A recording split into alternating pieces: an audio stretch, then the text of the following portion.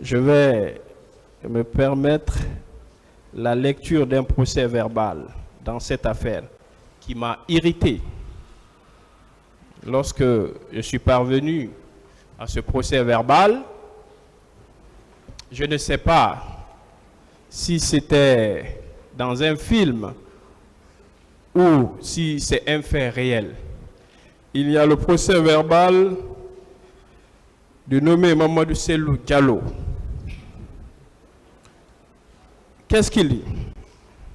Lorsqu'on lui a demandé quelles sont vos prétentions, il déclare ceci: je demande le remboursement de la somme de 400 000 $ que j'empochais. Mon portable et la somme de 750 000 francs guinéens. Ce monsieur déclare qu'au stade du 28 septembre, qu'il s'est rendu au stade du 28 septembre avec 400 000 $ en poche et une somme de 750 000 francs guinéens, ainsi que son portable. C'est écrit noir sur blanc dans ce procès verbal. Est-ce que, Monsieur le Président, à votre avis, cela relève de l'imaginaire ou bien cela est un fait probable, plausible? Vous savez, maître, en matière de procédure pénale, n'importe qui peut dire n'importe quoi. C'est ça. Alors, c'est au tribunal de faire la part des choses. Donc, tout ce qu'on peut dire, ça peut ne pas être ça. N'importe qui peut dire n'importe quoi. D'autres questions? Est-ce que ce n'est pas la preuve que cette procédure a été biaisée? J'estime, oui, c'est la preuve. Est-ce qu'on pouvait prendre une telle partie civile au sérieux, selon vous? Ça dépend de la conviction de la Cour. 400 000 $ quand même. D'autres questions? Monsieur le Président,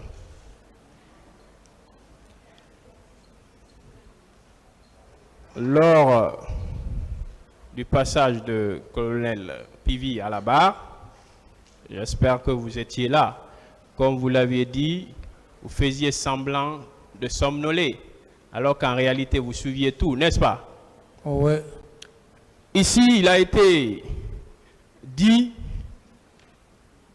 que le colonel Claude Pivi aurait, si vous voulez, loué un hôtel en face de l'aéroport pour y loger des milices venant de Kaléa. Est-ce que, selon vous, ces faits ont eu lieu? J'estime que ça m'étonnerait que Claude Pivi parte louer un hôtel, si cela est vrai. Il y a encore des preuves. Il y a encore des preuves, n'est-ce pas? Il y a des preuves, mais s'il n'y a pas de preuves, ça ne peut être que des racontards ou des allégations. Est-ce que vous aviez commis, colonel Claude Pivi, à cette tâche d'aller louer un hôtel, d'y loger des recrues de Kaléa? Non, c'est pourquoi je dis que ça m'étonnerait. Alors, par rapport à la thèse de colonel Claude Pivi, qui soutient devant cet auguste tribunal qu'à la date du 28 septembre, au petit matin, il s'est rendu à Manéa dans le cadre d'une mission spéciale que vous l'auriez confiée. Est-ce que, Monsieur le Président, vous confirmez cette thèse? Oui, Vous confirmez donc cette thèse, n'est-ce pas? oui. Alors, comme vous l'avez dit, notre armée a du chemin. Est-ce que pendant votre régime, il y avait une quelconque possibilité qu'on confie de pareilles tâches à un policier ou à un gendarme? En ce qui concerne, si vous voulez, la recherche et l'interpellation de militaires incontrôlés, est-ce qu'on pouvait confier ça à un policier ou à un gendarme? Mais il faut connaître d'abord les hommes. Pardon? Les hommes. Je dis, il faut connaître les hommes. Il ne faut pas sacrifier des hommes. Il faut leur connaître, leurs compétences. Et c'est ça le choix du chef. Donc, lorsque des militaires ont des armes de guerre, c'est pas n'importe qui peut les arrêter. Donc, il fallait un Claude Pivy pour ce genre de situation. Parce qu'il en avait fait aussi assez. Donc c'est lui qui pouvait faire ça, n'est-ce pas? Oui, à ma connaissance et à mon humble avis. Est-ce qu'en sa qualité de ministre chargé de la sécurité présidentielle, n'était-il pas dans son rôle? Ici, c'est lorsque la population est menacée, on ne parle plus de rôle de ceci, de cela, non.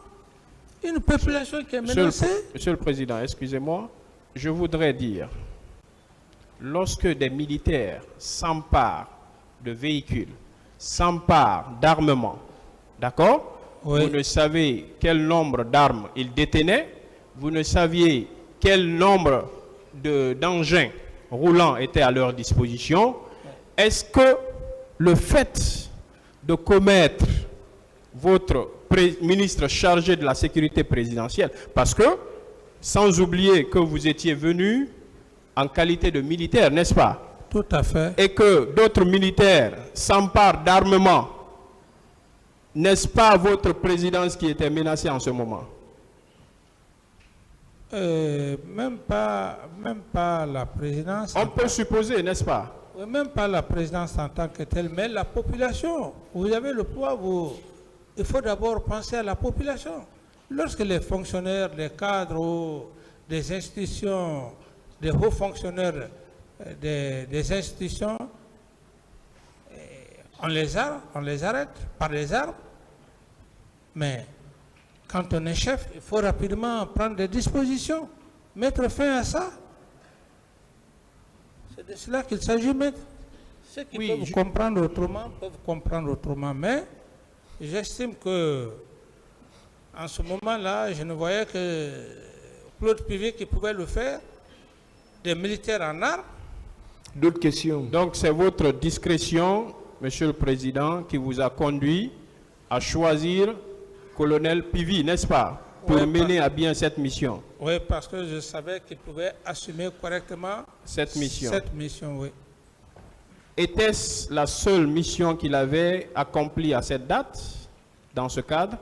Bon, je pense qu'après cette mission, il est... Non, avant cette dernière mission, bon. Est-ce qu'il avait accompli des missions de cette nature, traquer des militaires désobéissants? Oui, très, très réputé dans ça d'ailleurs.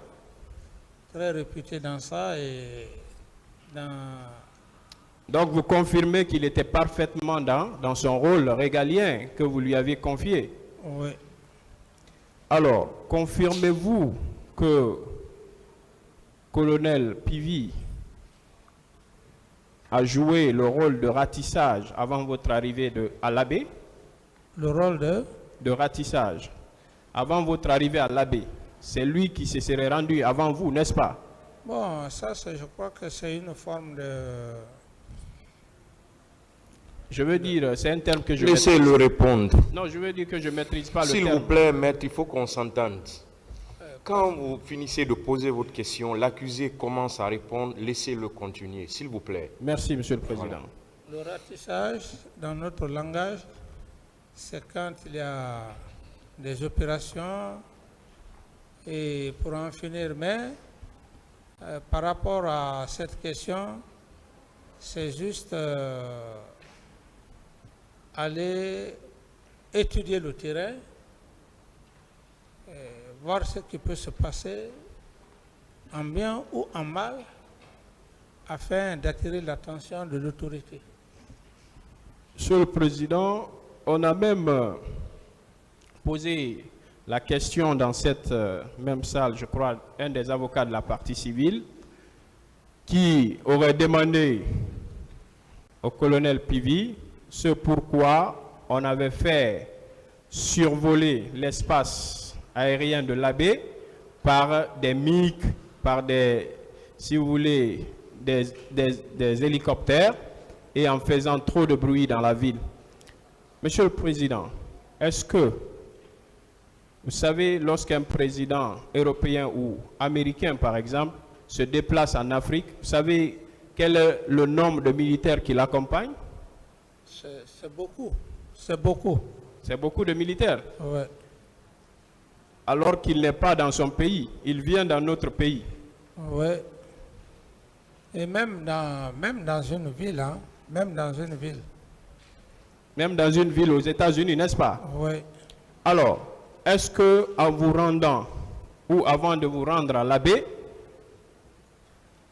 votre armée, notamment votre garde présidentielle d'alors, qui a pris soin de survoler l'espace aérien de l'Abbé et, si vous voulez, d'aller faire la lumière, n'est-ce pas, sur tout le territoire avant votre arrivée, est-ce que cela pourrait constituer une quelconque faute? Absolument pas, parce que l'aviation n'a pas commis de dégâts. Merci. Et la population n'a pas eu un seul cas de malheur, à ce que je cherche.